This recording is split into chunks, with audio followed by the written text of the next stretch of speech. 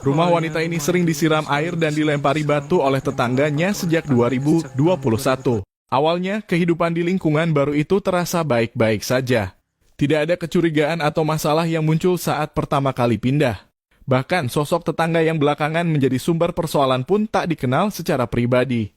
Namun ketenangan yang semula dirasakan perlahan berubah menjadi kegelisahan ketika gangguan demi gangguan mulai terjadi tanpa alasan yang jelas. Gangguan itu tidak langsung besar, tapi cukup mengusik. Rumahnya kerap disiram air dari luar pagar, dilempar pasir, bahkan batu. Awalnya, semua itu ditanggapi dengan dia mungkin berharap perlakuan aneh itu akan berhenti sendiri. Tapi rupanya sikap diam justru dianggap sebagai kelemahan. Gangguan malah menjadi-jadi dan sampai satu titik teriakan peringatan pun akhirnya harus dilontarkan sebagai bentuk perlawanan. Sayangnya setelah batas kesabaran dilampaui, bukannya mereda konflik malah memuncak. Pagar rumah yang mestinya jadi pelindung justru dirusak hingga hancur.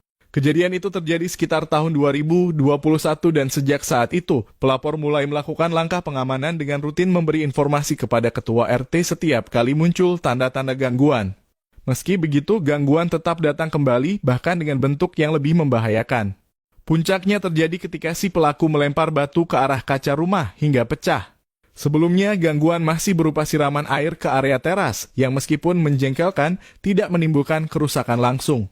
Tapi kali ini berbeda karena kerusakan fisik yang terjadi membuat si pemilik rumah harus bertindak lebih tegas. Ia pun langsung menghubungi keluarga pelaku dan ketua RT untuk datang dan menyaksikan langsung kondisi rumahnya yang sudah tidak aman.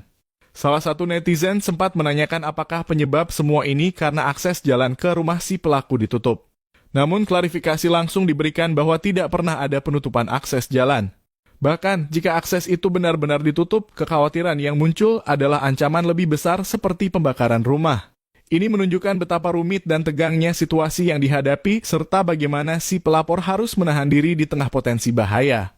Beruntung, setelah kejadian kaca pecah itu, langkah serius akhirnya diambil. Malam itu juga pihak berwajib segera dihubungi dan langsung datang ke tempat kejadian untuk memastikan kondisi lapangan. Tak lama setelah itu, proses hukum pun dimulai. Pihak keluarga pelaku membuat surat pernyataan di kantor polisi yang menyatakan bahwa pelaku akan segera dibawa ke dinas sosial untuk ditindaklanjuti sesuai prosedur. Keesokan paginya, tindakan nyata pun terlihat. Pelaku sudah berada di bawah pengawasan pihak dinas sosial. Ini menjadi titik terang dari masalah yang sudah berlangsung lama dan begitu menguras tenaga maupun emosi. Respon cepat dari berbagai pihak menjadi penentu penyelesaian konflik ini, sekaligus menjadi pelipur lara bagi korban gangguan yang akhirnya bisa bernapas lega.